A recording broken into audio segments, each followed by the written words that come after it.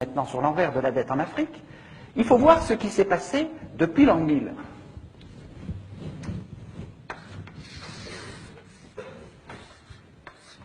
Je dessine brièvement l'Afrique. En l'an 1000, les Africains, ils naviguaient jusqu'en Chine. Il y avait de très grands États en Afrique.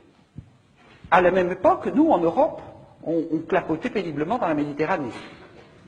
Donc, en l'an 1000, les Africains, ils avaient l'économie de subsistance, ils avaient l'échange local, et ils accédaient à l'économie monde, à la macropolitique, à l'économie monde, etc. De même, il y a tout le travail d'Anta Diop sur l'influence, enfin, le rôle des civilisations africaines dans l'Égypte, etc. Donc, tout ce mépris que nous avons, et qui est au cœur de ces relations franco-africaines, ce mépris qui consiste à dire qu'il n'y a pas de créativité politique et culturelle en Afrique, est une absurdité totale. Seulement, qu'est-ce qui s'est passé par la suite? À partir de 1500, il y a eu les Portugais qui ont encerclé l'Afrique, de 1400 et 1450, en l'espace d'un siècle. Autrement dit, avec cet encerclement, et puis ensuite l'esclavage, on a capturé l'étage supérieur, l'accès à l'économie monde de l'Afrique. Ensuite, avec la colonisation, on a folklorisé l'étage intermédiaire. On l'a aliéné, l'étage de l'échange local. Et l'Afrique n'a réussi à survivre à ces 3 ou 4 siècles d'agression épouvantable qu'en se repliant sur le rez-de-chaussée du clan, de la famille, en hypertrophiant les solidarités de cet étage. Donc ça a été quelque chose de formidable pour l'Afrique, parce que quelque part, c'est ce qui lui a permis de survivre. Et ces solidarités-là sont très importantes. J'ai écrit tout un livre sur ce fonctionnement à partir de Braudel, et on s'aperçoit bien que, en permanence, c'est de là que tout repart. C'est là que sont les gènes des civilisations, c'est de là que les valeurs d'une société peuvent repartir. Qu'est-ce que c'est que conquérir l'indépendance? À partir de 1960, c'était pour les Africains reconstruire les étages qui avaient été détruits par la colonisation et l'esclavage. Et donc vous allez voir que tout ce que je vais vous expliquer maintenant de la France-Afrique, ça a été un jeu depuis 40 ans qui a consisté en permanence, par toutes sortes de moyens politiques, économiques, barbouzards ou idéologiques, de faire retomber en permanence l'Afrique dans ce niveau-là, en lui disant vous n'êtes pas capable de déployer des règles du jeu, qu'elles soient économiques, politiques, culturelles, à ce niveau-là, ni d'accéder à l'économie monde. Et donc c'est là l'enjeu dont je vais vous parler maintenant assez brièvement. Qu'est-ce que c'est que la France-Afrique? La France-Afrique, c'est ce qui a été mis en place en 1960, au moment où De Gaulle, à cause de la pression de l'histoire, a dû accorder l'indépendance aux pays d'Afrique. Il a à ce moment-là décrété une nouvelle légalité internationale, l'indépendance. Et en même temps, il a chargé son bras droit, Jacques Foccart, de faire exactement l'inverse.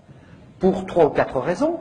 D'abord, pour maintenir le rang de la France à l'ONU avec un cortège d'États clients, pour maintenir l'accès aux matières premières stratégiques, le pétrole, l'uranium, ou aux matières premières juteuses comme le bois, le cacao, etc., pour maintenir le financement de la vie politique, parce que je vous parlerai tout à l'heure des chiffres de détournement de la rente pétrolière ou du bois, etc., ça représente des centaines de milliards. Et les affaires dont on vous parle en France, ce sont des lotos paroissiaux par rapport aux financements politiques qui viennent de l'Afrique.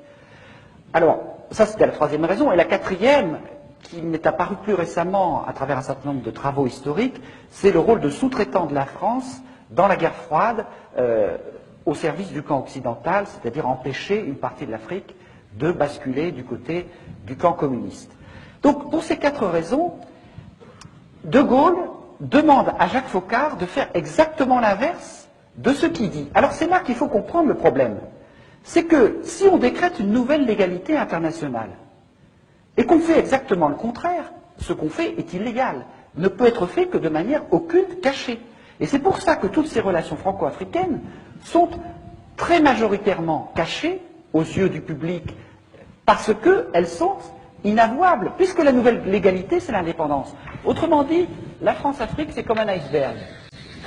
vous avez 10% d'émergés, la France, patrie des droits de l'homme, meilleure amie de l'Afrique, généreuse, etc., toute une face immaculée dans la relation franco-africaine, et vous avez 90% d'immergés, qui est la réalité profonde de la réalité franco-africaine, qui est le système mis en place par Jacques Foccart et qui visait à maintenir la dépendance.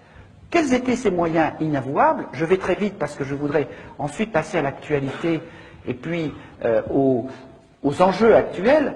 Quels étaient les moyens parallèles, illégaux, inavouables, de tenir cette relation franco-africaine? Le premier, ça a été de faire un grand ménage pour choisir des chefs d'État amis de la France, souvent d'ailleurs avec la nationalité française, parfois tout simplement des agents des services français comme Omar Bongo, qui vivent souvent en France d'ailleurs, tous ces gens-là. Donc on a choisi des proconsuls à la peau noire. On les a choisis comment? D'abord par une guerre civile épouvantable au Cameroun, qui a fait entre 100 000 et 400 000 morts, une guerre digne du Vietnam qui ne figure dans aucun manuel d'histoire. Ensuite, en assassinant les chefs d'État légitimes élus par la population, comme Sylvanus Olympio au Togo, qui a été assassiné par 4 sergents-chefs revenant de la guerre d'Algérie, dont l'un d'entre eux est toujours au pouvoir, Eyadema, tout cela sous la supervision de l'officier français qui était chargé d'assurer sa sécurité. Barthélemy Boganda, par exemple, le centrafricain, est mort dans un accident d'avion suspect. Donc on a fait un grand ménage. Ensuite, les autres, on les a promus par la fraude électorale ou par la corruption, les moyens classiques.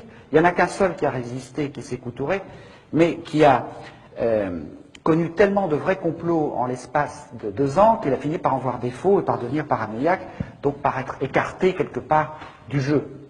Donc on a mis en place un certain nombre de chefs d'État amis et on a pu tenir ce système par un ensemble de mécanismes parallèles que je n'ai pas beaucoup le temps de décrire, mais sur lesquels on reviendra si vous voulez. C'est une présence mercenaire, mais ces mercenaires comme Bob Denard, c'était déjà des vrais faux mercenaires, puisque chaque fois qu'il avait un procès, l'ensemble des services secrets venait dire « Mais Monsieur Denard travaille pour nous. Ce n'est pas un mercenaire, c'est un corsaire de la République. » Donc on voit bien que c'était des moyens occultes qui en fait ne trompaient pas grand monde.